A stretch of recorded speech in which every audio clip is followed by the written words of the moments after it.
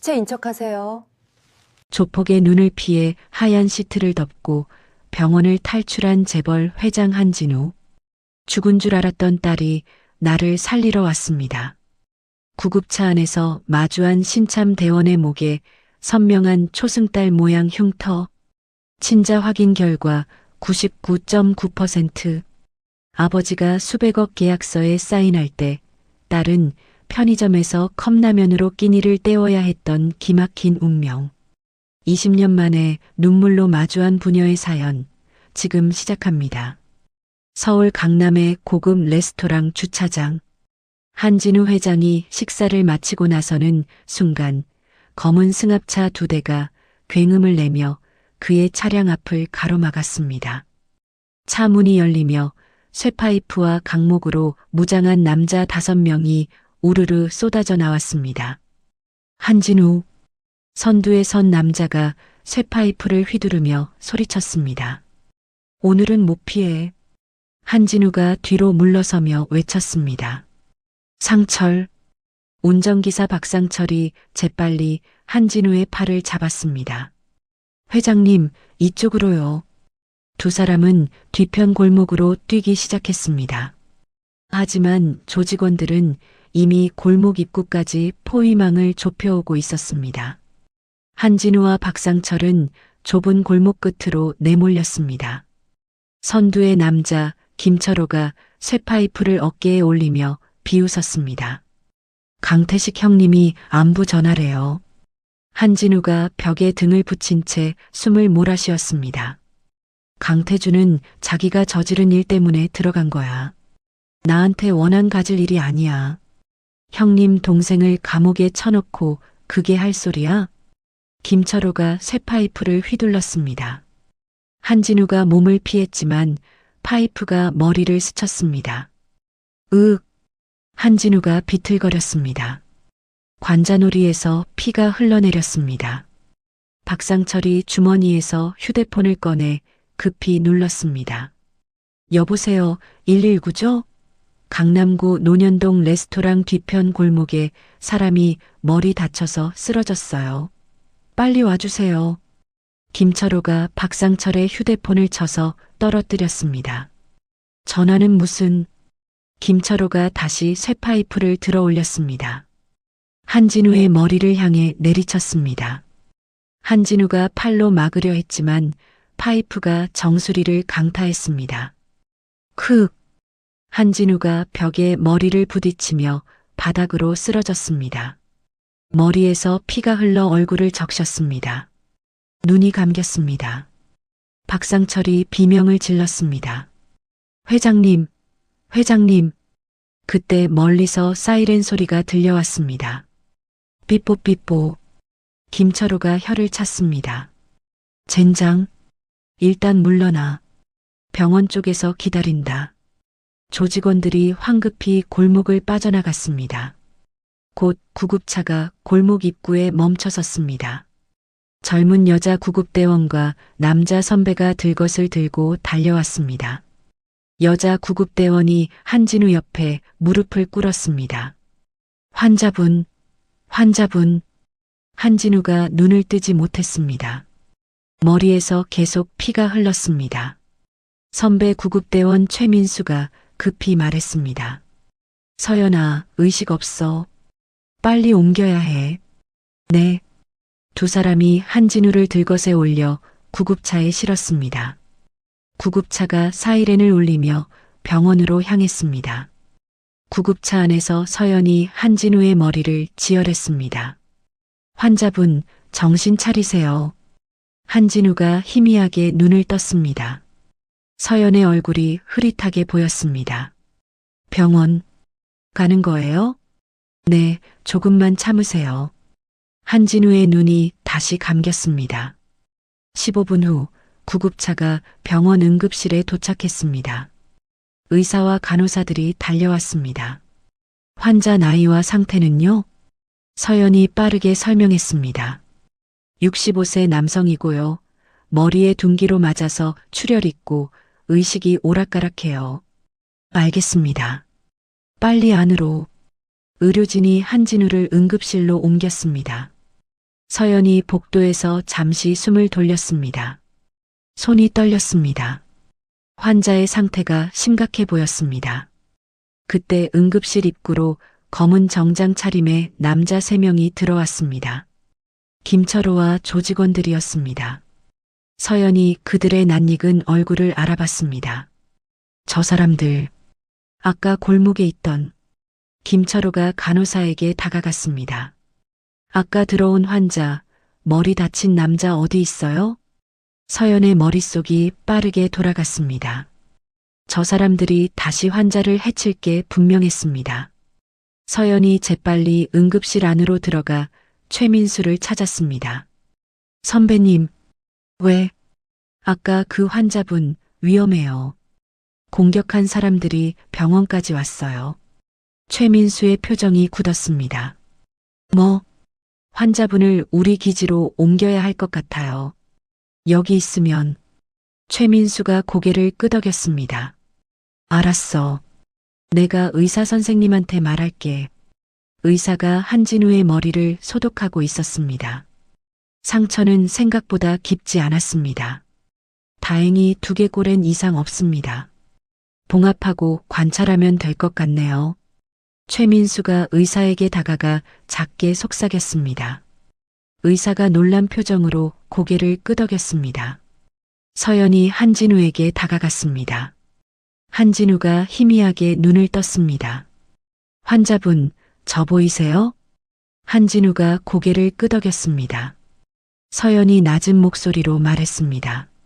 아까 그 사람들이 병원까지 왔어요. 지금 환자분을 우리 구급대원 기지로 옮길 거예요. 한진우가 초점 없는 눈으로 서연을 바라봤습니다. 시체인 척 하세요. 제가 살려드릴게요. 서연의 단호한 목소리였습니다. 간호사가 흰 시트를 가져왔습니다.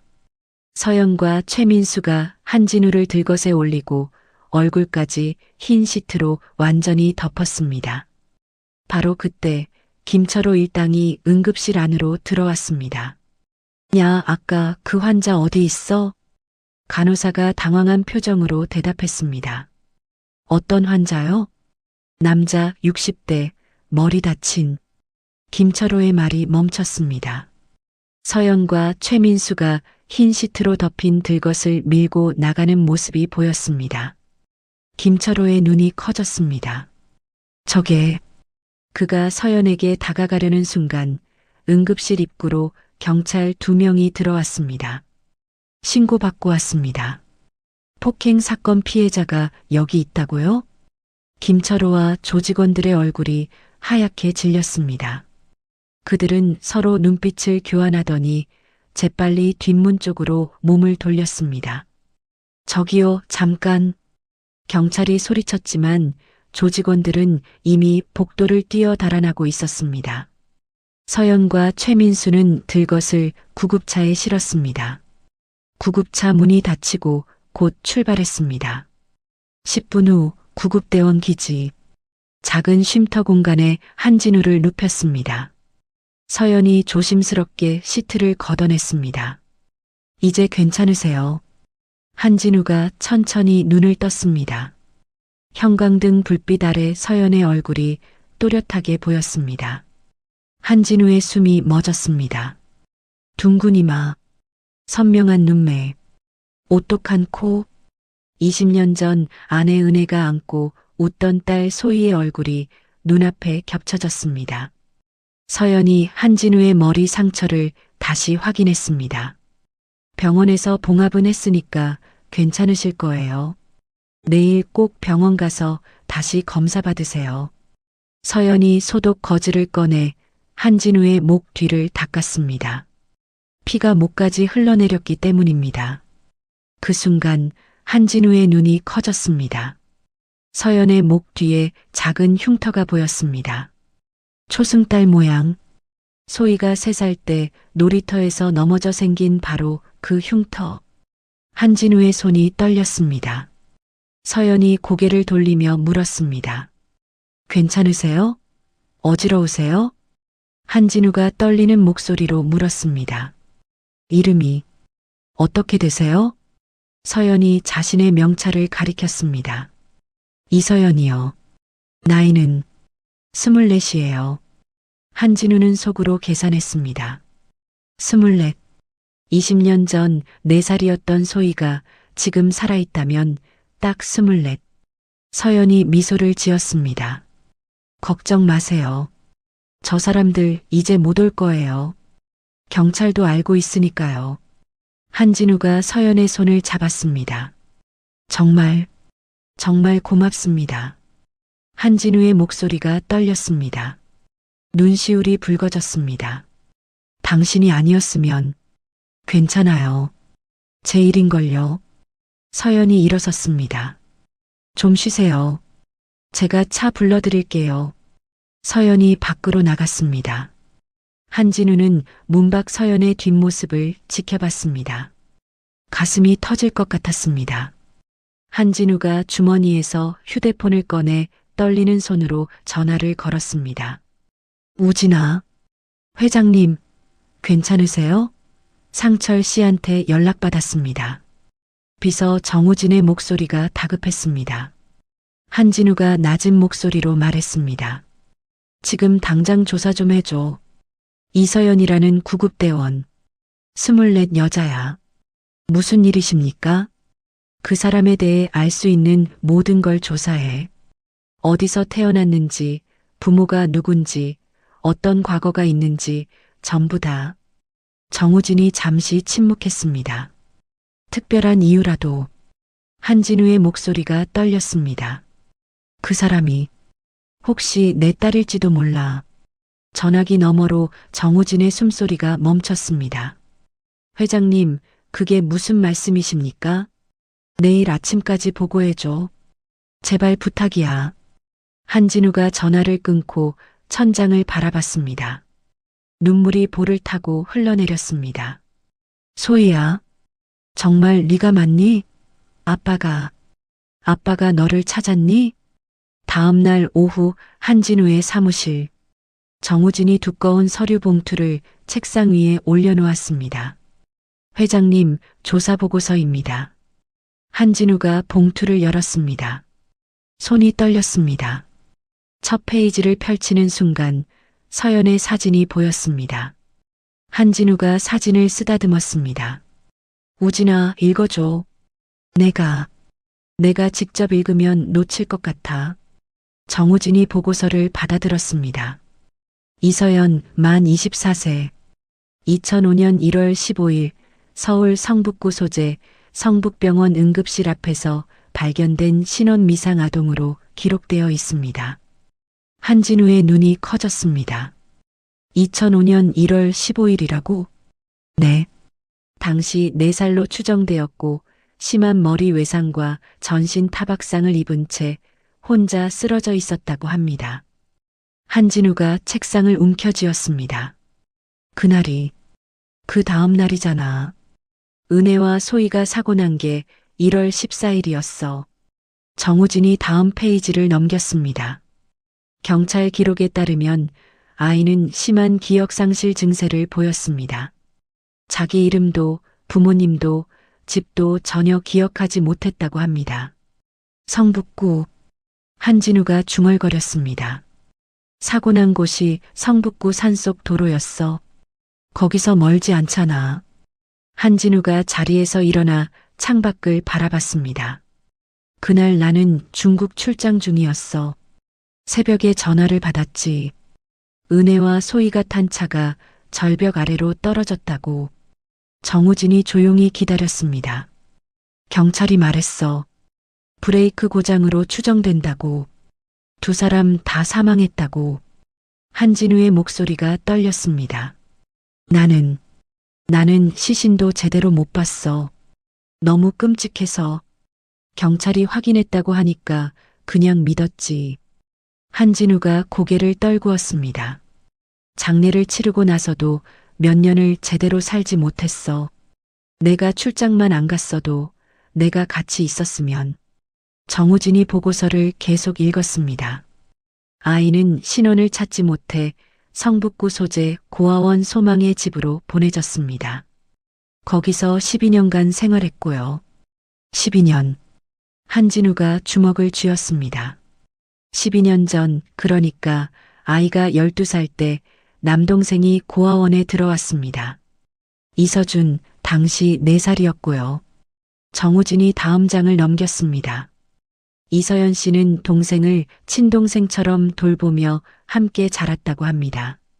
고아원 선생님들 증언에 따르면 동생을 위해 공부도 포기하고 한진우가 돌아섰습니다. 공부를 포기했다고? 네. 원래 성적이 우수해서 대학 진학도 가능했는데 동생 양육비를 벌기 위해 고등학교 졸업 후 바로 취업했답니다. 한진우의 눈시울이 붉어졌습니다. 그래서 구급대원이 된 거야? 네. 현재 동작구 소재 119 구급대에서 3년째 근무 중입니다.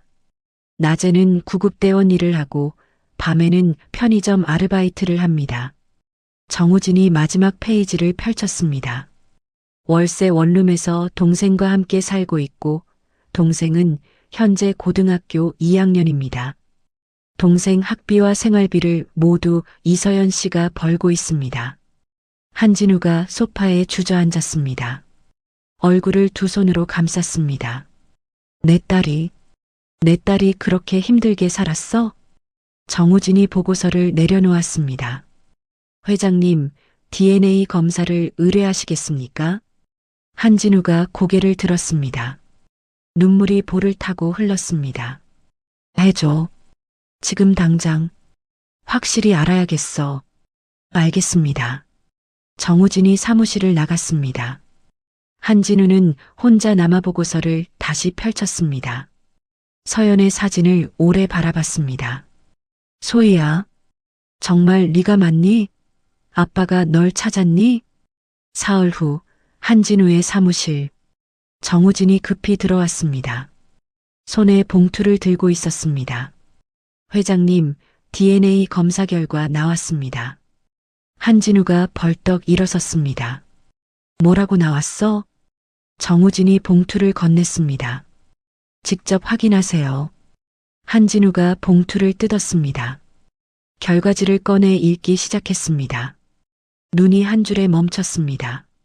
친자 확률 99.99%. 한진우의 손이 떨렸습니다. 결과지가 바닥에 떨어졌습니다. 정말이야. 정말 내 딸이야. 한진우가 소파에 무너져 앉았습니다. 얼굴을 두 손으로 감싸고 흐느꼈습니다. 소희야, 소희야. 정우진이 조용히 물었습니다. 이제 어떻게 하시겠습니까? 한진우가 눈물을 닦았습니다. 당장 가서 만나야지. 내 딸인데. 하지만 회장님. 정우진의 목소리가 조심스러웠습니다. 강태식 조직이 아직 회장님을 노리고 있습니다. 며칠 전 병원 사건 이후로 더 조심해야 합니다. 한진우가 고개를 들었습니다. 그래서 만약 서연 씨가 회장님 딸이라는 게 알려지면 강태식이 그녀를 노릴 수도 있습니다. 한진우의 얼굴이 굳었습니다. 그럼 어떻게 하라는 거야? 신중하게 접근하셔야 합니다. 서연 씨 본인도 갑작스럽게 받아들이기 어려울 겁니다. 한진우가 한참 생각했습니다. 그래, 내 말이 맞아. 한진우가 자리에서 일어났습니다. 일단 익명으로 서연이가 일하는 구급대에 기부 좀 해줘. 큰 금액으로. 얼마나 하시겠습니까? 1억. 아니, 2억으로 해. 알겠습니다. 그리고 서연이 근무 시간표 알아내줘. 내가 우연히 만나게. 정우진이 고개를 끄덕였습니다. 그날 저녁, 강남의 한 카페 앞. 한진우가 차 안에서 시계를 확인했습니다. 지금쯤 되면 서연이가 이 구역 순찰 중일 거예요. 정우진이 말했습니다. 한진우가 차에서 내렸습니다. 회장님, 정말 괜찮으시겠습니까? 응. 걱정 마. 한진우가 카페 앞 벤치에 앉았습니다. 잠시 후 가슴을 짚으며 신음했습니다. 지나가던 시민이 놀라 다가왔습니다. 괜찮으세요? 어지러워서. 119 좀 불러주세요. 시민이 급히 전화를 걸었습니다. 10분 후 구급차가 도착했습니다. 차에서 내린 서연이 한진우를 보고 눈이 커졌습니다. 저번에 그 환자분, 한진우가 희미하게 웃었습니다. 또 뵙네요. 서연이 한진우 옆에 무릎을 꿇고 앉았습니다. 어디가 불편하세요? 갑자기 어지럽고 가슴이 답답해서요. 서연이 혈압을 재고 맥박을 확인했습니다. 혈압이 조금 높으시네요. 병원 가셔야 할 것 같은데요. 아니에요, 괜찮아요. 잠깐 쉬면 나을 것 같아요. 한진우가 서연을 바라봤습니다. 딸의 얼굴이 가까이 보였습니다. 저번엔 정말 고마웠어요. 당신이 아니었으면. 서연이 미소를 지었습니다. 다행히 괜찮으셔서 저도 기뻐요. 그런데 머리는 괜찮으세요? 네, 병원 가서 치료 잘 받았어요. 서연이 구급 가방을 챙겼습니다. 정말 병원 안 가시겠어요? 네, 많이 나아졌어요. 한진우가 주머니에서 명함을 꺼냈습니다. 이거 받아주시겠어요? 혹시 나중에 제가 또 아프면 당신이 와주셨으면 해서요. 서연이 명함을 받아보았습니다. 한국그룹 회장. 정말 큰 회사 대표셨네요. 일은 중요하지 않아요. 건강이 제일이죠. 한진우가 조심스럽게 물었습니다. 혹시 가족은 있으세요? 서연의 표정이 잠시 어두워졌습니다. 부모님은 안 계세요. 동생 하나 있어요. 동생이요? 네, 고등학생이에요. 제가 키우고 있어요. 한진우의 가슴이 미어졌습니다. 힘들겠어요. 아니에요. 동생이 있어서 전 행복해요. 서연이 밝게 웃었습니다. 동생 대학 보내려고 열심히 돈 모으고 있어요. 애가 피아노를 좋아하거든요. 한진우가 명함을 하나 더 꺼냈습니다. 혹시 제가 도와드릴 일 있으면 언제든 연락하세요. 괜찮아요. 하지만 명함은 잘 간직할게요. 서연이 구급차로 돌아갔습니다. 한진우는 멀어지는 구급차를 지켜봤습니다. 그때 정우진이 다가왔습니다. 회장님, 괜찮으십니까? 한진우가 고개를 끄덕였습니다. 우진아, 내 딸이 동생 키우느라 얼마나 고생했을까. 회장님, 곧 다가갈 거야. 조금만 기다려줘, 소희야. 한편 인천 송도의 한 사무실. 강태식이 책상에 앉아 서류를 보고 있었습니다. 김철호가 들어왔습니다. 형님, 보고 드릴 게 있습니다. 뭔데? 한진우 그 새끼, 요즘 이상하게 움직입니다. 강태식이 서류를 내려놓았습니다. 이상하게? 특정 구급대원한테 자꾸 접촉합니다. 이서연이라는 여자예요. 김철호가 서연의 사진을 건넸습니다. 강태식이 사진을 보았습니다. 이게 누군데? 그냥 평범한 구급대원입니다. 근데 한진우가 이 여자 구급대에 2억을 기부했어요. 2억? 그리고 오늘도 일부러 아픈 척하면서 이 여자 부른 것 같습니다. 강태식이 사진을 책상에 내려놓았습니다. 재미있네. 한진우한테 약점이 생긴 거야? 그런 것 같습니다. 강태식이 음흉하게 웃었습니다. 이 여자 계속 감시해. 확실히 파악되면 그때 써먹을 수 있을 거야. 알겠습니다, 형님. 김철호가 사무실을 나갔습니다. 강태식은 서연의 사진을 다시 들여다봤습니다. 한진우, 내 약점을 찾았어. 2주 후 새벽 2시 서연이 편의점 아르바이트를 마치고 골목길을 걸었습니다. 피곤한 몸을 이끌고 집으로 향했습니다.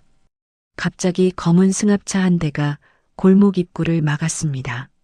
차 문이 열리며 남자 3명이 내렸습니다. 서연이 걸음을 멈췄습니다. 뭔가 이상했습니다. 남자들이 빠르게 다가왔습니다. 잠깐만요, 왜 그러세요? 서연이 뒤로 물러섰습니다. 조용히 해. 따라와. 남자 하나가 서연의 팔을 잡았습니다. 놓으세요. 누구세요? 서연이 팔을 뿌리치며 비명을 질렀습니다. 도와주세요. 살려주세요. 남자들이 서연의 입을 막으려 했습니다. 서연이 필사적으로 저항했습니다. 가방을 휘두르고 발로 찼습니다. 그때 멀리서 사이렌 소리가 들렸습니다. 순찰차였습니다. 젠장, 경찰이야. 남자들이 서연을 놓고 승합차로 뛰어갔습니다. 차가 급히 출발해 골목을 빠져나갔습니다. 순찰차가 멈춰서고 경찰 2명이 내렸습니다. 괜찮으세요? 서연이 바닥에 주저앉았습니다. 온몸이 떨렸습니다. 저 사람들이 저를 납치하려고. 일단 경찰서로 가시죠. 진술 받아야 합니다. 경찰서 조사실. 서연이 떨리는 목소리로 말했습니다. 정말 모르겠어요. 왜 저를 납치하려는지. 형사가 물었습니다. 최근에 스토킹 피해나 원한 관계 있었습니까? 아니요, 전혀요. 직장에서 문제는 없었고요. 네, 구급대원이라는데 특별한 일 없었어요. 형사가 동료와 눈빛을 교환했습니다. CCTV 확인해 보겠습니다. 조직 범죄 가능성도 있으니 조심하세요. 조직 범죄요? 서연의 얼굴이 창백해졌습니다. 다음 날 아침 한진우의 사무실. 정우진이 급히 들어왔습니다. 회장님, 큰일 났습니다. 무슨 일이야? 서연 씨가 어젯밤 납치 미수 사건을 당했습니다. 한진우가 벌떡 일어났습니다. 뭐라고? 새벽에 편의점에서 퇴근하다가 남자들이 납치하려 했답니다. 다행히 순찰차가 지나가서. 한진우가 책상을 내리쳤습니다. 강태식 그 새끼. 그럴 가능성이 높습니다. 한진우가 머리를 감싸쥐었습니다. 내 때문이야. 내가 서연이한테 접근했으니까 강태식이 눈치챈 거야. 회장님 잘못이 아닙니다. 아니야, 내 잘못이야. 한진우가 휴대폰을 꺼냈습니다. 서연의 번호를 눌렀습니다. 벨소리가 길게 울렸습니다. 여보세요? 서연의 목소리가 피곤하게 들렸습니다. 서연 씨, 저 한진우예요. 어젯밤 일 들었어요. 괜찮으세요? 회장님, 어떻게 하셨어요? 그건 나중에 설명할게요. 지금 어디 계세요? 집이요. 집에 있으면 위험해요. 지금 당장 동생 데리고 나와요. 네, 무슨. 한진우의 목소리가 다급했습니다. 제발 믿어주세요. 설명은 나중에 할게요. 지금은 안전한 곳으로 가야 해요. 서연이 잠시 침묵했습니다. 알겠어요. 어디로 가면 되죠? 주소 문자로 보낼게요. 차 보낼 테니까 기다리세요. 한진우가 전화를 끊고 정우진에게 말했습니다. 지금 당장 차 보내. 서연이랑 서준이 모셔와. 어디로 모셔올까요? 성북구 안가로. 경호원 2명 배치하고. 알겠습니다. 2시간 후 성북구의 한적한 주택가. 서연과 서준이 차에서 내렸습니다. 한진우가 대문 앞에서 기다리고 있었습니다. 어서 오세요. 서연이 조심스럽게 물었습니다. 여기가 어디죠? 제 안가예요. 여기서 당분간 지내세요. 서준이 주위를 둘러봤습니다. 누나, 이게 무슨 일이야? 서연이 동생의 손을 잡았습니다. 나도 잘 모르겠어. 한진우가 2 사람을 집 안으로 안내했습니다. 거실에 앉자 한진우가 입을 열었습니다. 서연 씨, 어젯밤 일은 우연이 아니에요. 무슨 뜻이에요? 저를 노리는 조폭 조직이 있어요. 그 사람들이 서연 씨를 납치하려 한 겁니다. 서연의 눈이 커졌습니다. 왜요? 전 회장님이랑 아무 관계도 없는데요. 한진우가 서연의 눈을 바라봤습니다. 말하고 싶었습니다. 네가 내 딸이라고. 하지만 입이 떨어지지 않았습니다. 제가 서연 씨한테 관심을 보였으니까요. 그 사람들이 그걸 알았나 봐요. 관심이요? 목숨을 구해준 은인이잖아요. 제가 구급대에 기부도 하고 몇 번 찾아뵙기도 했고요. 서연이 고개를 저었습니다. 그 정도로 조폭이 저를 납치하려고요? 그 사람들은 제 약점을 찾으려고 혈안이 되어 있어요.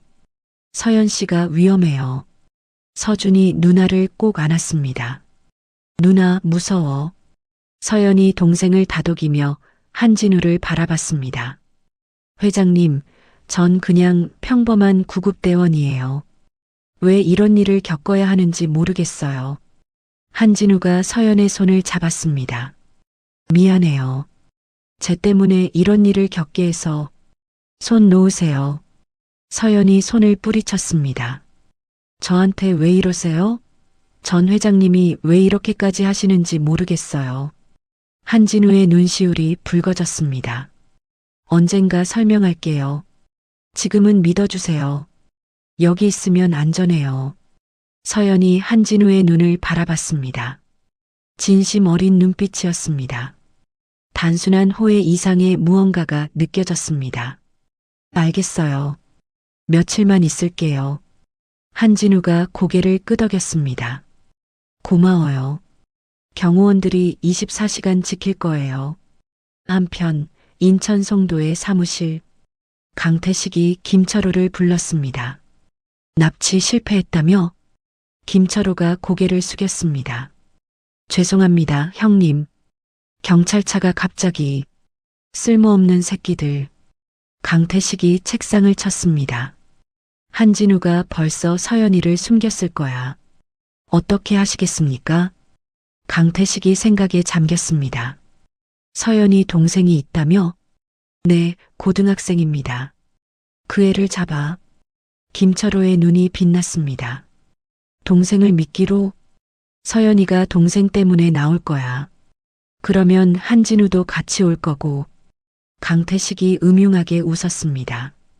이번엔 실패하지 마. 알겠습니다, 형님.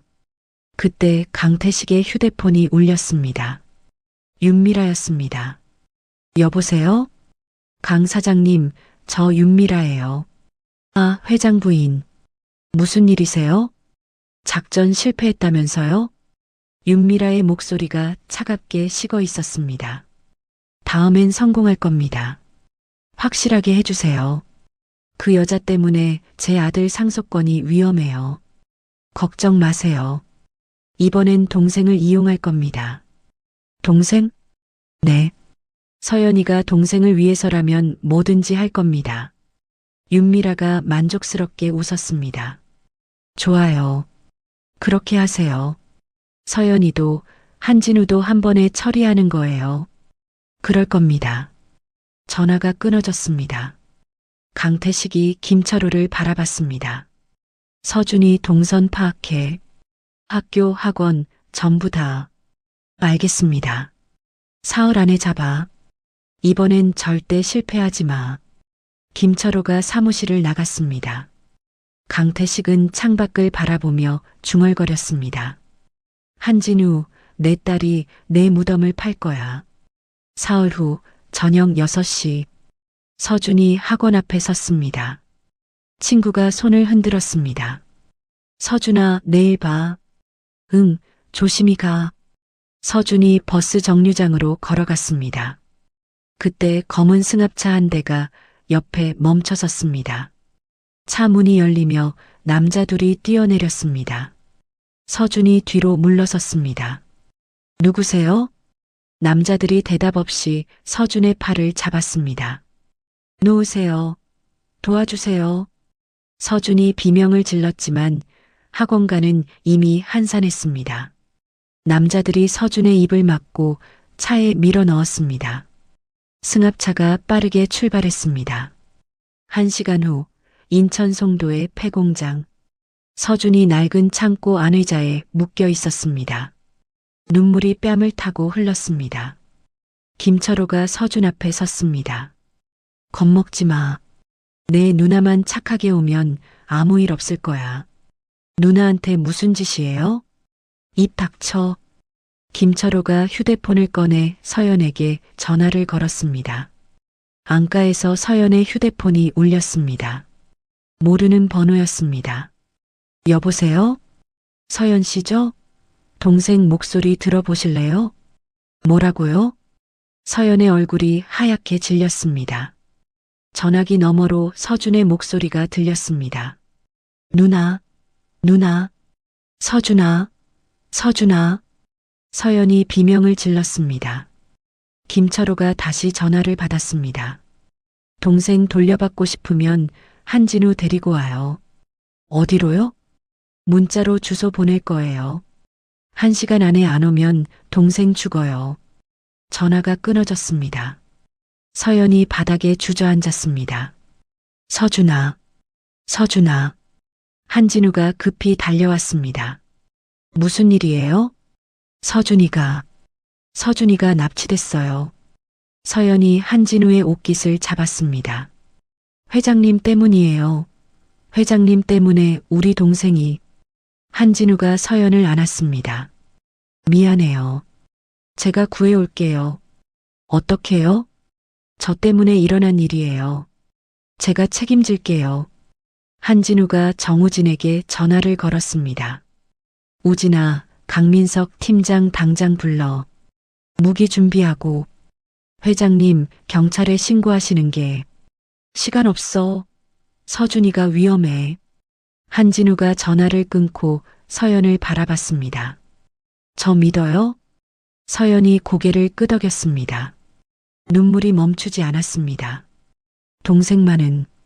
동생만은 꼭 살려주세요. 약속해요.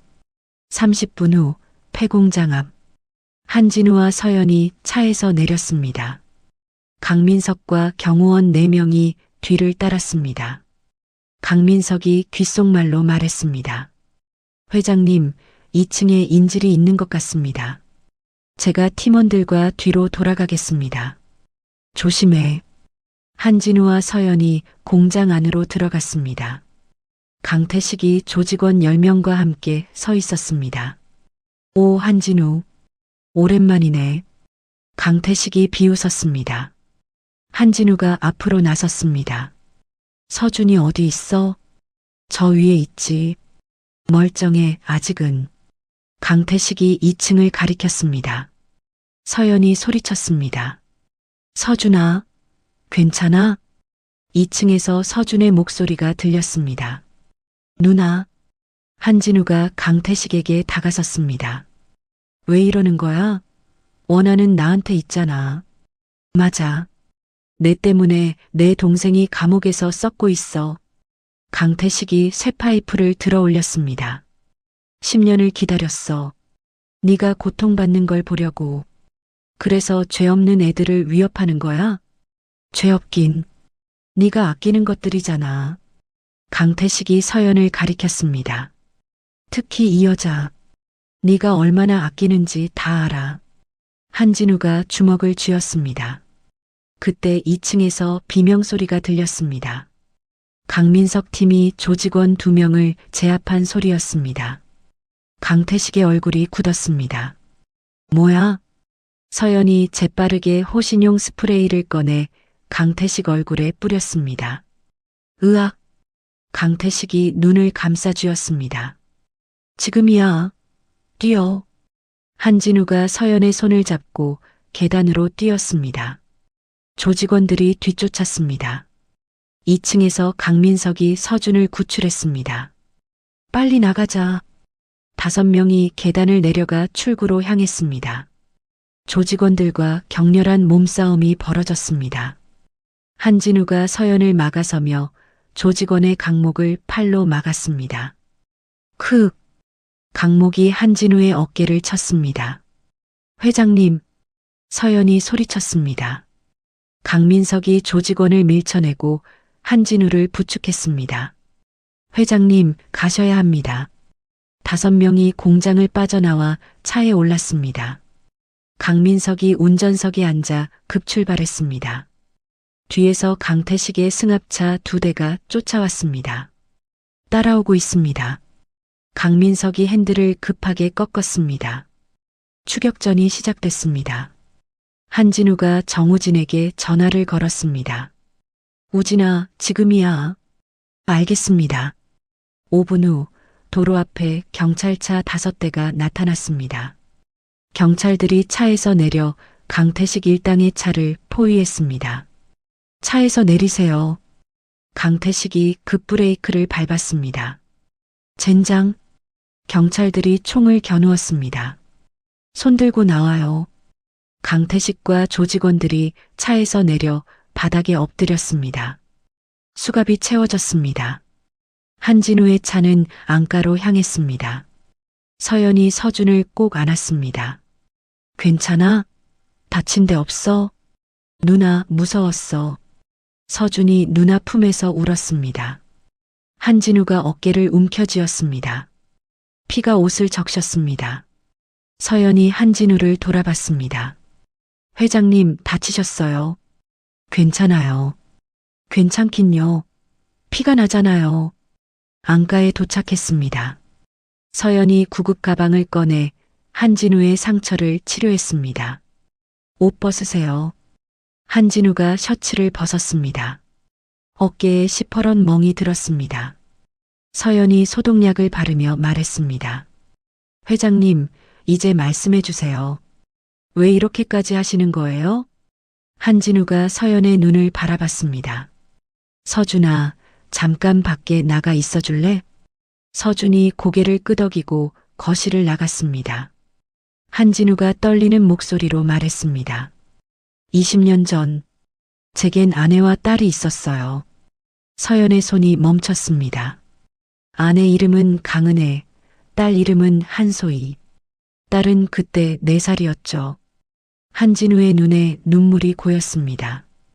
2005년 1월 14일 두 사람이 탄 차가 산속도로에서 절벽 아래로 떨어졌어요. 서연이 숨을 멈췄습니다. 경찰은 두 사람 다 사망했다고 했어요. 저는 그 말을 믿었고요. 왜 갑자기 그런 얘기를? 한진우가 서연의 손을 잡았습니다. 그런데 20년 후 당신을 만났어요. 당신 얼굴이 제 딸과 똑같았어요. 서연이 손을 뺐습니다. 무슨 소리예요? 당신 목에 있는 흉터, 초승달 모양. 제 딸도 똑같은 흉터가 있었어요. 서연이 무의식적으로 목을 만졌습니다. 저는 조사를 했어요. 당신이 2005년 1월 15일 성북구 병원 앞에서 발견됐다는 걸 알았어요. 한진우가 주머니에서 서류를 꺼냈습니다. DNA 검사도 했어요. 서연이 서류를 받았습니다. 손이 떨렸습니다. 친자 확률 99.99%. 서연의 눈이 커졌습니다. 이게 무슨... 당신은 제 딸이에요, 서연 씨. 아니, 소희야. 한진우의 목소리가 떨렸습니다. 서연이 고개를 저었습니다. 아니에요. 저는 고아예요. 부모님 없어요. 20년 전 사고에서 당신만 살아남았어요. 기억을 잃고 혼자 병원 앞에서 발견됐고. 서연의 눈에서 눈물이 흘렀습니다. 말도 안 돼요. 저도 믿고 싶지 않았어요. 하지만 사실이에요. 한진우가 오래된 사진을 꺼냈습니다. 어린 소희가 엄마 품에 안겨 웃고 있었습니다. 서연이 사진을 받아들었습니다. 사진 속 아이의 얼굴, 자신의 어린 시절 사진 같았습니다. 이게 저예요? 네. 당신이에요, 소희야. 서연이 바닥에 주저앉았습니다. 사진을 꼭 쥐고 울었습니다. 저는 혼자였어요. 평생 부모님이 누군지 몰랐어요. 한진우가 무릎을 꿇고 서연을 안았습니다. 미안해. 못 찾아서 미안해. 아빠. 서연이 처음으로 그 말을 했습니다.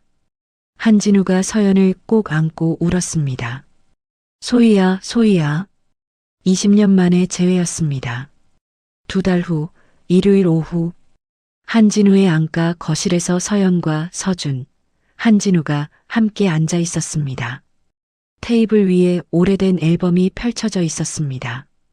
한진우가 사진 하나를 가리켰습니다. 이게 내 돌잔치 사진이야. 엄마가 한복 입혀서 찍었지. 서연이 사진을 들여다봤습니다. 어린 자신이 떡을 손에 쥐고 웃고 있었습니다. 저 정말 귀여웠네요. 지금도 귀여워. 한진우가 웃었습니다. 서준이 옆에서 사진을 보며 말했습니다. 누나 어렸을 때 완전 똑같아요. 지금이랑. 그치? 눈매가 엄마 닮았어. 한진우가 다른 사진을 펼쳤습니다. 강은혜가 어린 소희를 안고 웃고 있었습니다. 엄마는 어떤 분이셨어요? 서연이 조심스럽게 물었습니다. 한진우가 사진을 쓰다듬었습니다. 따뜻한 사람이었어. 항상 웃었고 너를 정말 사랑했지. 저를요? 응. 밤마다 자장가 불러주고 아침마다 예쁘다고 볼에 뽀뽀해줬어. 한진우의 눈시울이 붉어졌습니다. 엄마가 제일 아끼던 게 이 목걸이였어. 한진우가 작은 상자를 꺼냈습니다. 다이아몬드가 박힌 목걸이였습니다. 우리 결혼 10주년에 내가 선물했거든. 엄마는 특별한 날에만 이걸 했어. 서연이 목걸이를 바라봤습니다. 이제 네가 가져야 할 것 같아. 아빠, 엄마도 원하실 거야. 한진우가 직접 서연의 목에 목걸이를 걸어줬습니다. 서연이 거울을 보았습니다. 목걸이가 햇빛에 반짝였습니다. 고마워요, 아빠. 서연이 한진우를 꼭 안았습니다. 서준이 옆에서 박수를 쳤습니다. 우와, 누나 완전 공주님 같아요. 셋이 함께 웃었습니다. 일주일 후 한진우의 본가 거실. 커다란 케이크가 테이블 위에 놓여 있었습니다. 서연의 생일이었습니다. 생일 축하해, 소희야. 한진우가 불을 켰습니다. 24개의 촛불이 환하게 타올랐습니다.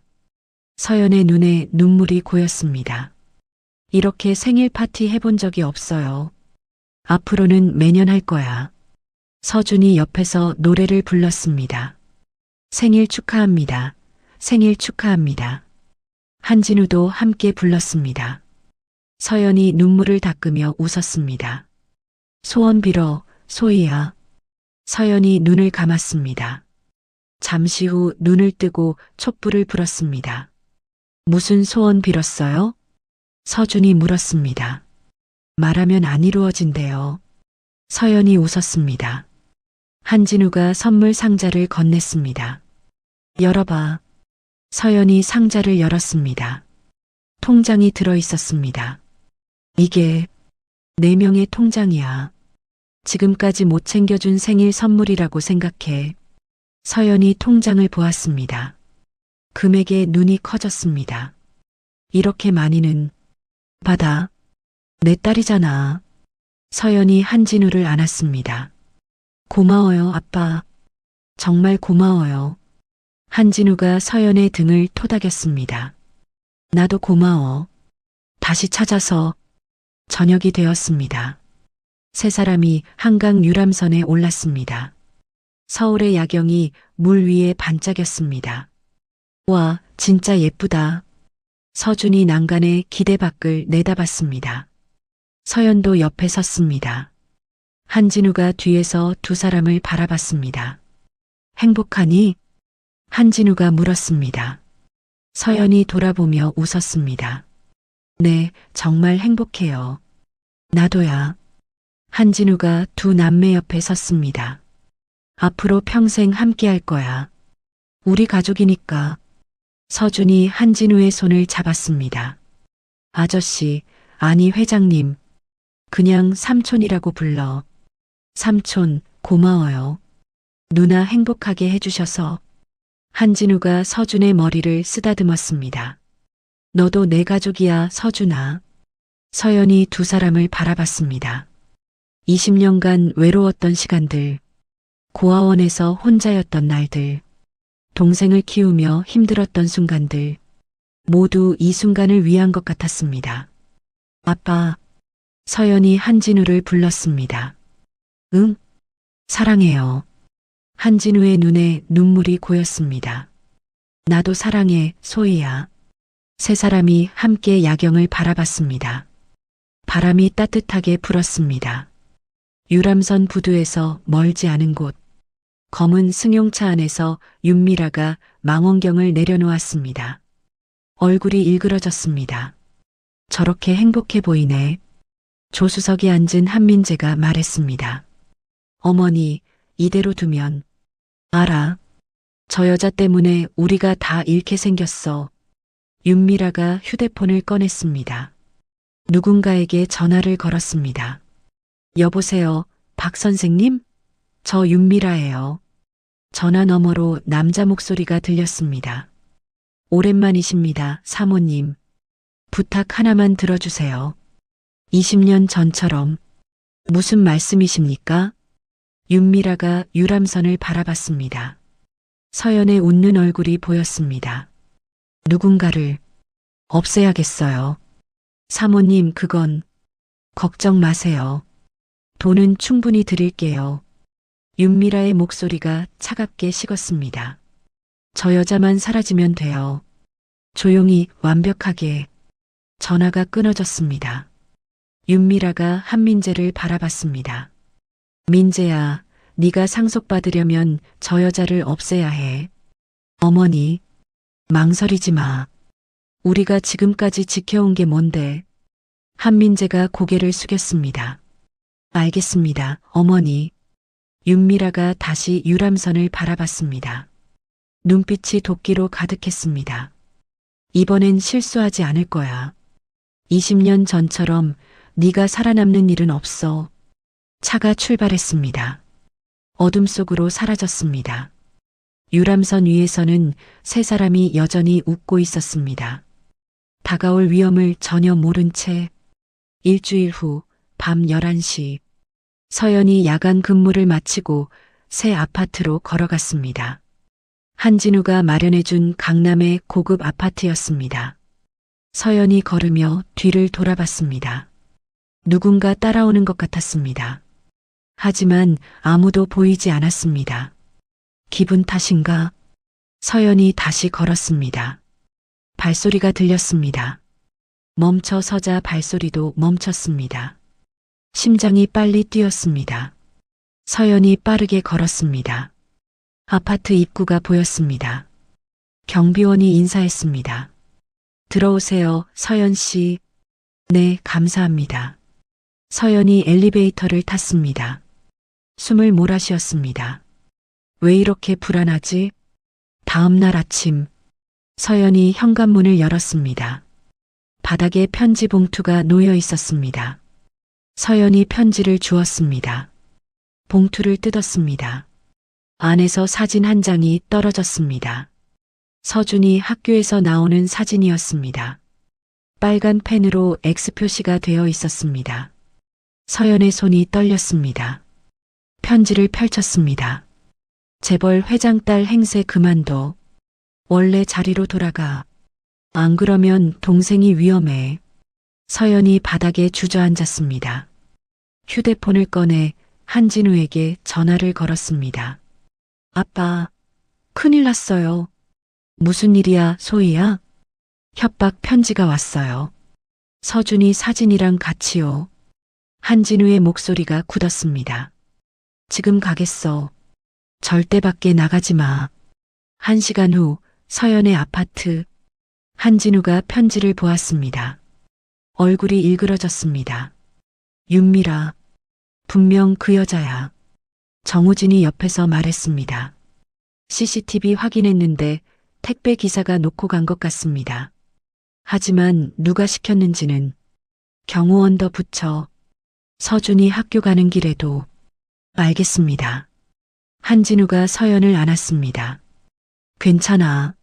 내가 지킬게. 무서워요, 아빠. 나도 있고 경호원들도 있어. 걱정 마. 사흘 후 오후 4시 서준이 학교를 나섰습니다.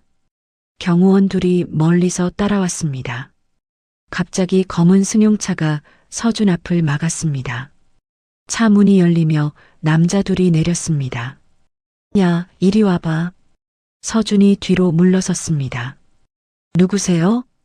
경호원들이 재빨리 뛰어왔습니다. 거기서 남자들이 차에 올라타 급히 출발했습니다. 경호원들이 차 번호를 확인했습니다. 서준 씨, 괜찮습니까? 네. 무서웠어요. 지금 회장님께 보고하겠습니다. 저녁 한진우의 사무실. 정우진이 보고했습니다. 차량 번호 추적 결과 한민재 씨 명의입니다. 한진우가 책상을 쳤습니다. 역시 그 자식들이었어. 어떻게 하시겠습니까? 당장 본가로 가. 윤미라와 한민재 불러. 1시간 후 한진우의 본가 거실. 윤미라와 한민재가 소파에 앉았습니다. 한진우가 서류를 던졌습니다. 이게 뭔지 알아? 윤미라가 서류를 보았습니다. 이게 뭔데요? 서연이한테 보낸 협박 편지 필적 분석. 당신 거야. 무슨 소리예요? 내가 왜? 서준이 납치하려던 차량. 민재 내 거지? 한민재가 얼굴이 하얗게 질렸습니다. 아버지, 그건. 입 닥쳐. 한진우가 소리쳤습니다. 내 딸과 서준이를 위협한 게 너희였어. 증거 다 있어. 윤미라가 일어섰습니다. 당신이 먼저 배신했잖아요. 20년 전에 죽은 딸을 데려와서 우리를 버리려고. 내 딸이야. 당연히 찾아야지. 민재는 어떻게 해요? 이 애는 당신 친아들이에요. 한진우가 차갑게 웃었습니다. 친아들, 넌 내 아내를 죽인 살인자야. 윤미라의 얼굴이 굳었습니다. 무슨 소리예요? 20년 전 사고, 네가 꾸민 거 다 알아. 한진우가 또 다른 서류를 꺼냈습니다. 정비소 직원 박기철. 기억나지? 네가 돈 주고 시킨 사람. 윤미라가 뒤로 물러섰습니다. 증거 없잖아요. 있어. 박기철이 다 자백했어. 네가 은혜 차 브레이크 망가뜨리라고 시켰다고. 한민재가 어머니를 바라봤습니다. 어머니, 설마 정말이에요? 윤미라가 아들을 외면했습니다. 한진우가 이혼 서류를 던졌습니다. 당장 나가. 이혼 소송 들어갔어. 안 나가요. 난 20년간 당신 부인이었어요. 살인자랑 같이 못 살아. 경찰 오기 전에 짐 싸. 윤미라가 비명을 질렀습니다. 한진우, 날 버리면 후회할 거예요. 이미 후회하고 있어. 너 같은 여자랑 결혼한 거. 한진우가 뒤돌아섰습니다. 내일까지 집 비워. 안 그러면 경찰 부를 거야. 한진우가 거실을 나갔습니다. 윤미라가 바닥에 주저앉았습니다. 한민재가 어머니를 바라봤습니다. 어머니, 정말 살인을 하신 거예요? 윤미라가 아들을 올려다봤습니다. 너 때문이었어. 너한테 좋은 삶 주려고. 한민재가 고개를 저었습니다. 이럴 줄 알았으면 차라리. 민재야. 윤미라가 아들의 손을 잡았습니다. 아직 끝난 게 아니야. 박기철만 없으면 증거가 없어.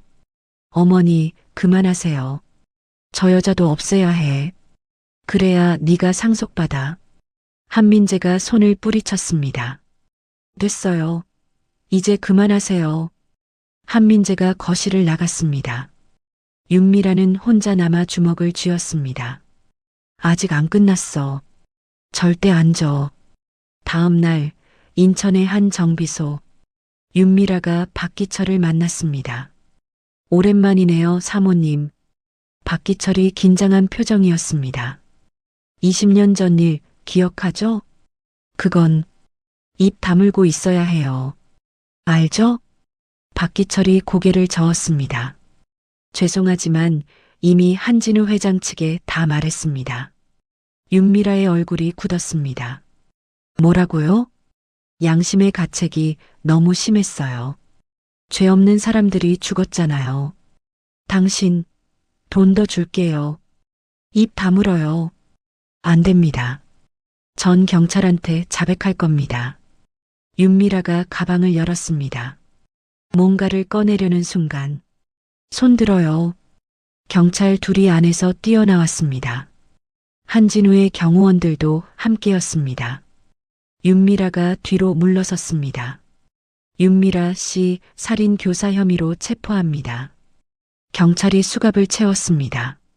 나요. 증거 없잖아요.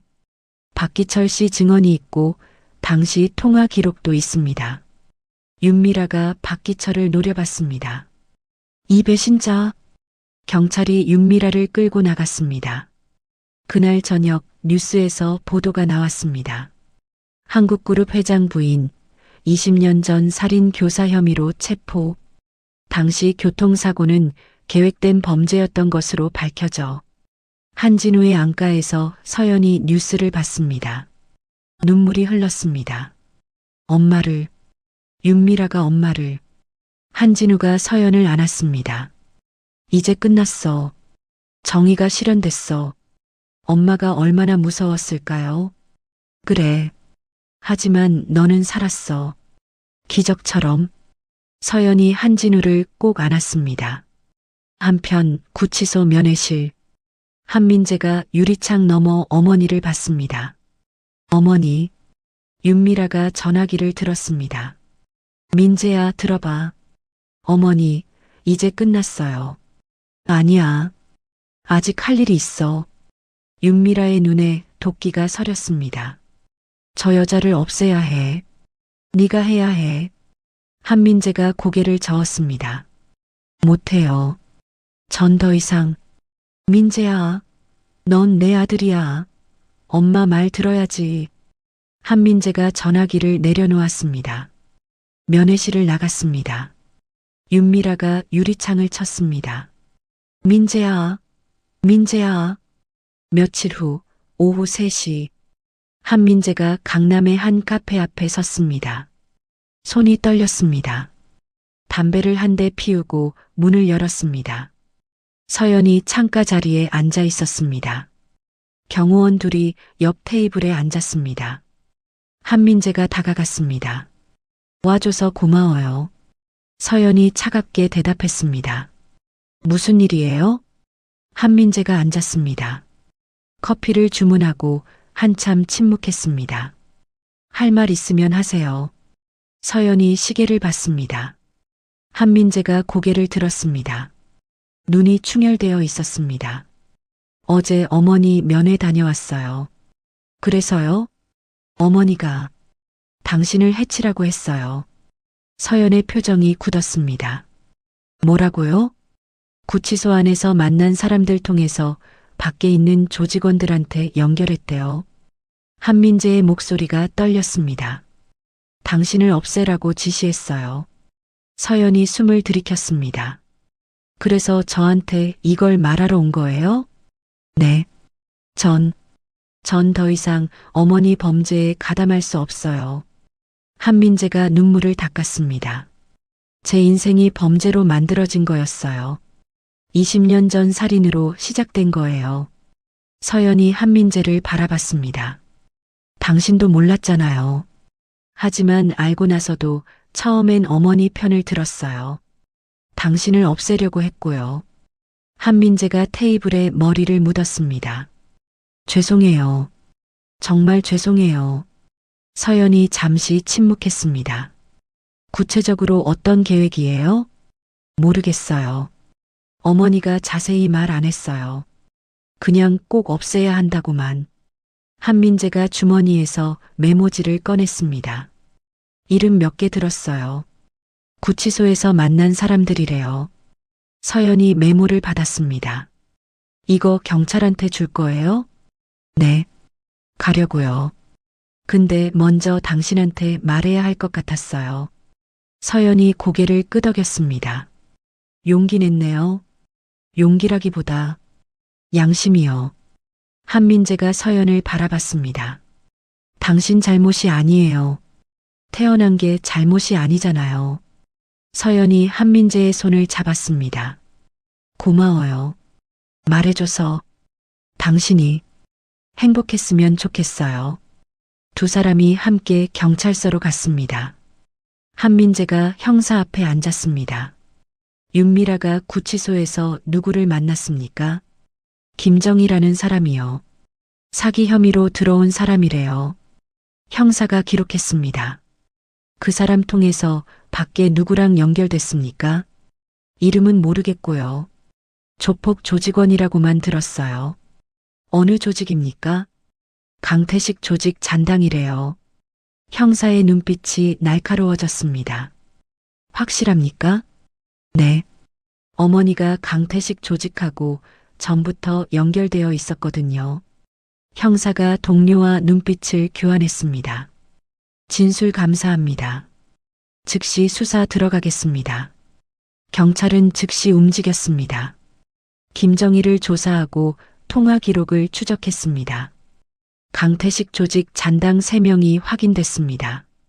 이틀 후 새벽, 경찰이 조직원 아지트를 급습했습니다. 경찰이다. 손들어. 조직원 셋이 체포됐습니다. 방 안에서 서연의 사진과 동선 기록이 발견됐습니다. 윤미라와 통화한 증거 확보했습니다. 형사가 보고했습니다. 며칠 후 법정. 윤미라가 피고인석에 섰습니다. 한민재가 방청석에 앉았습니다. 검사가 일어섰습니다. 피고인은 20년 전 살인 교사에 이어 구치소에서도 추가 살인 교사를 기획했습니다. 거짓말이에요. 증거 없잖아요. 윤미라가 소리쳤습니다. 증거 있습니다. 공범들의 자백과 통화 기록입니다. 검사가 서류를 제출했습니다.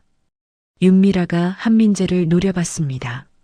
민재야, 네가 엄마를 배신했어? 한민재가 고개를 숙였습니다. 네가 엄마한테 이럴 수 있어? 어머니가 먼저 사람을 죽였잖아요.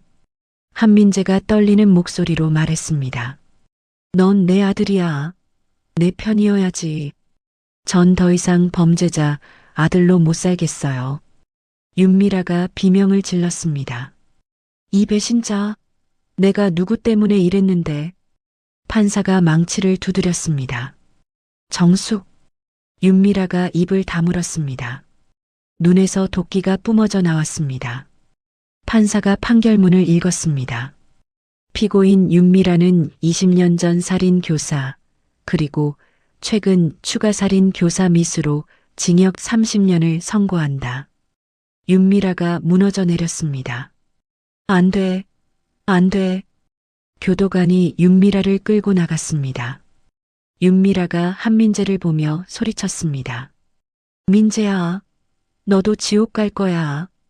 한민재는 고개를 돌렸습니다. 눈물이 흘렀습니다. 법정 밖, 서연이 한민재를 기다리고 있었습니다. 괜찮아요? 한민재가 고개를 저었습니다. 괜찮을 리가 없죠. 제 어머니인데. 하지만 옳은 선택했어요. 옳은 선택? 그런 걸까요? 한민재가 하늘을 바라봤습니다.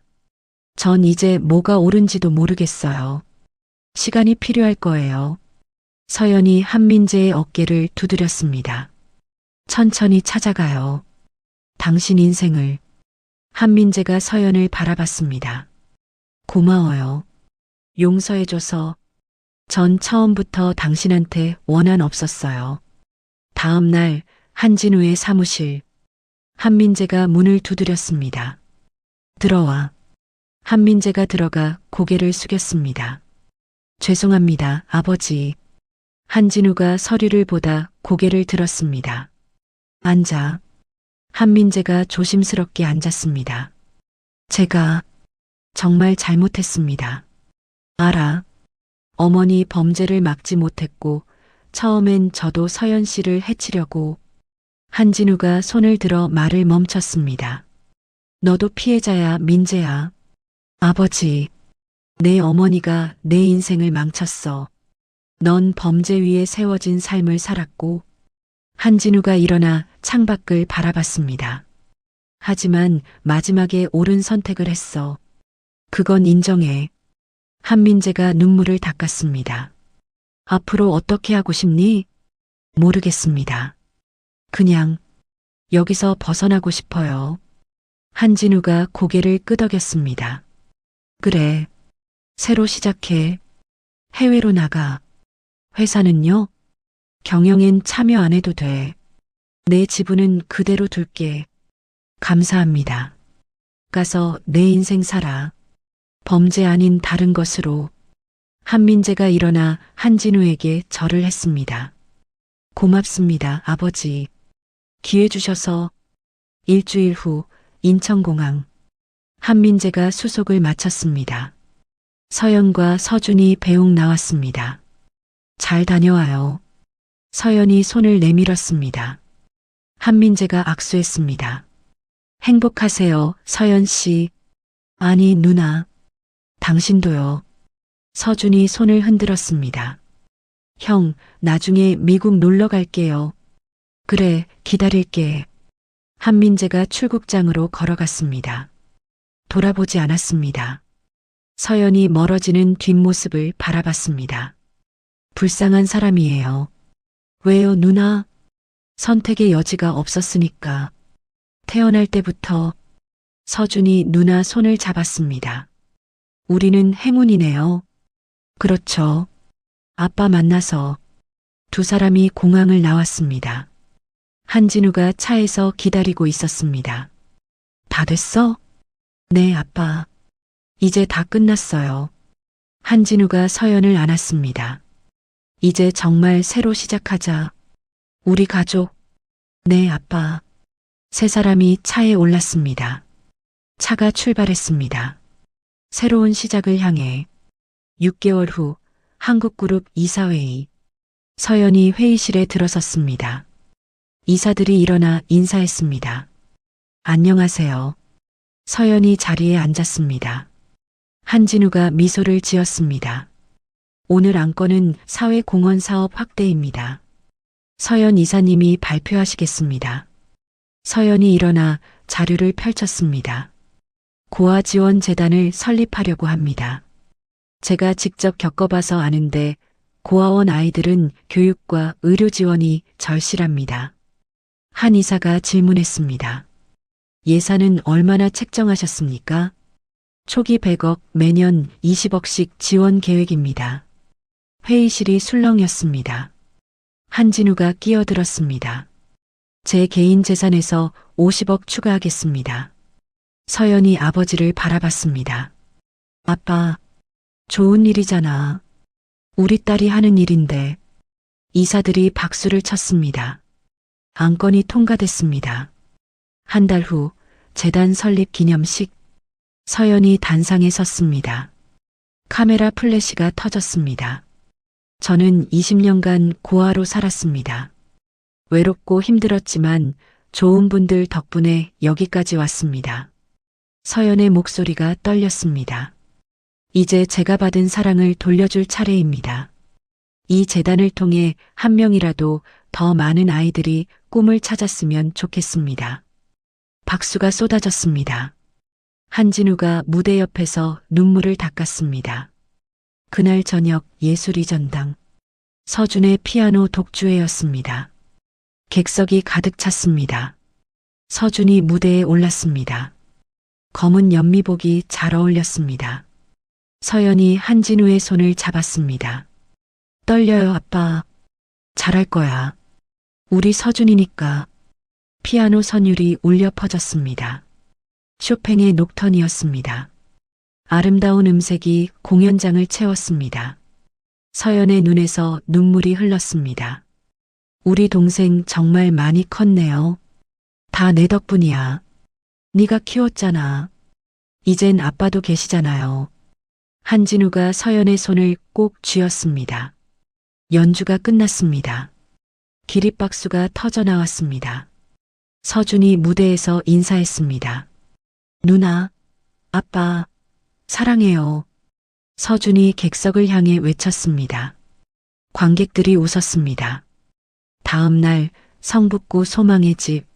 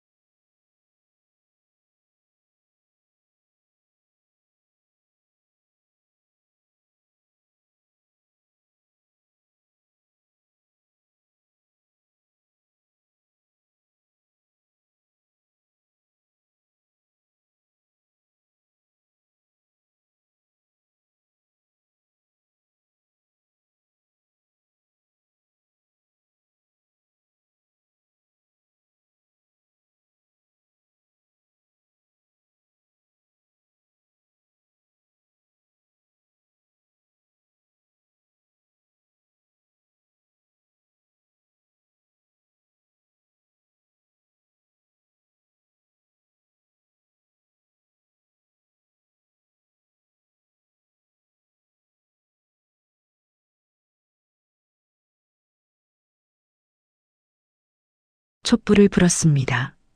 환호성이 터졌습니다. 1년 후 한국그룹 사옥. 기자들이 로비에 가득했습니다. 오늘부터 제가 한국그룹 회장직을 맡게 됐습니다. 카메라 플래시가 쏟아졌습니다. 아버지께서 이루신 성과를 이어가되 사람을 먼저 생각하는 경영을 하겠습니다. 기자가 질문했습니다. 구급대원 일은 어떻게 하십니까? 주말에는 계속 근무합니다. 제 뿌리를 잊지 않으려고요. 옆에 선 한진우가 미소를 지었습니다. 명예회장 배지를 달았습니다. 자랑스럽다, 소희야.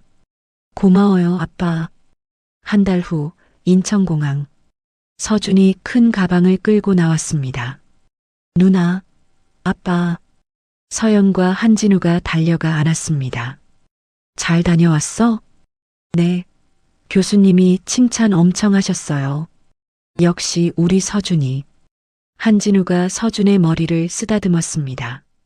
삼촌, 건강하세요? 응, 괜찮아. 하지만 한진우의 얼굴이 예전보다 여위었습니다. 차 안에서 서연이 아버지를 바라봤습니다. 뭔가 이상했습니다. 집에 도착한 후 서연이 한진우를 불렀습니다. 아빠, 요즘 어디 안 좋으세요? 아니야, 괜찮아. 얼굴이 안 좋아 보여요. 한진우가 한숨을 쉬었습니다. 사실은 건강검진에서 이상이 나왔어. 서연의 얼굴이 하얗게 질렸습니다. 뭐라고요? 암이야. 초기라서 치료하면 괜찮대. 왜 말 안 하셨어요? 서연이 소리쳤습니다. 걱정시키고 싶지 않았어. 전 의료인이에요. 당연히 알아야죠.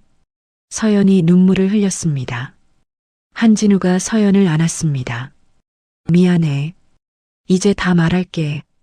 석 달 후 병원. 한진우가 항암 치료를 받았습니다.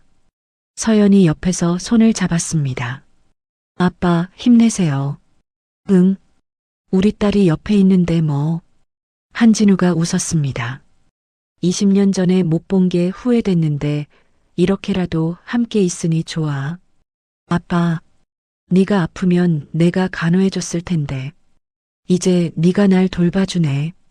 서연이 아버지 손에 키스했습니다. 제가 꼭 낫게 해드릴게요. 고마워, 소희야. 6개월 후 봄. 한진우가 완치 판정을 받았습니다. 서연이 아버지를 꼭 안았습니다. 해냈어요, 아빠. 다 내 덕분이야. 한진우가 서연의 등을 토닥였습니다. 가을이 왔습니다. 단풍이 곱게 물들었습니다. 한진우, 서연, 서준이 함께 추모공원에 왔습니다. 강은혜의 묘 앞이었습니다. 아름다운 정원이 조성되어 있었습니다. 세 사람이 꽃을 바쳤습니다. 엄마, 저 왔어요. 아빠랑 서준이랑 같이요. 서연이 묘비를 쓰다듬었습니다. 엄마 덕분에 살아서 아빠 만났어요. 정말 행복해요. 한진우가 무릎을 꿇었습니다. 은혜야, 소희 찾았어. 우리 딸 훌륭하게 컸어. 한진우의 눈에서 눈물이 흘렀습니다. 이제 잘 지킬게. 약속할게. 서준이 옆에 앉았습니다. 엄마, 저는 서준이에요. 누나 동생이에요. 잘 부탁드려요. 세 사람이 나란히 앉았습니다. 따뜻한 바람이 불었습니다. 한진우가 서연의 손을 잡았습니다. 20년 전에 널 잃었을 때 세상이 끝난 줄 알았어. 아빠. 하지만 다시 찾았잖아. 이게 기적이 아니면 뭐겠니? 서연이 아버지를 안았습니다. 저도요. 진짜 가족을 만난 게 제일 큰 행복이에요. 서준이 두 사람을 안았습니다. 저도 행복해요. 누나랑 삼촌이 있어서. 야, 삼촌 아니고 아빠야. 한진우가 웃었습니다. 그래요, 아빠. 서준이 따라 웃었습니다. 세 사람이 함께 하늘을 바라봤습니다. 구름이 천천히 흘러갔습니다. 아빠 사랑해요. 나도 사랑해, 소희야. 서준아, 너도. 저희도 사랑해요, 아빠. 따뜻한 햇살이 세 사람을 비췄습니다. 20년 만에 다시 만난 가족. 이제는 영원히 함께할 가족이었습니다. 기적은 있었습니다. 20년 전 절벽 아래로 떨어진 차에서 혼자 살아남은 4살 소희. 기억을 잃고 고아가 되었지만 결국 아버지를 다시 만났습니다. 조폭에게 쫓기던 회장을 구해준 그 순간 두 사람의 인생이 다시 하나로 이어졌습니다. 목에 남은 작은 흉터 하나가 20년 만의 재회를 증명했습니다. 힘들었던 과거가 있었기에 지금의 행복이 더욱 소중합니다. 이야기를 끝까지 들어주신 분이 계시다면 구독과 잘 들었다고 댓글 하나만 남겨주세요. 새로운 이야기가 나오면 제일 먼저 전해드리겠습니다. 감사합니다.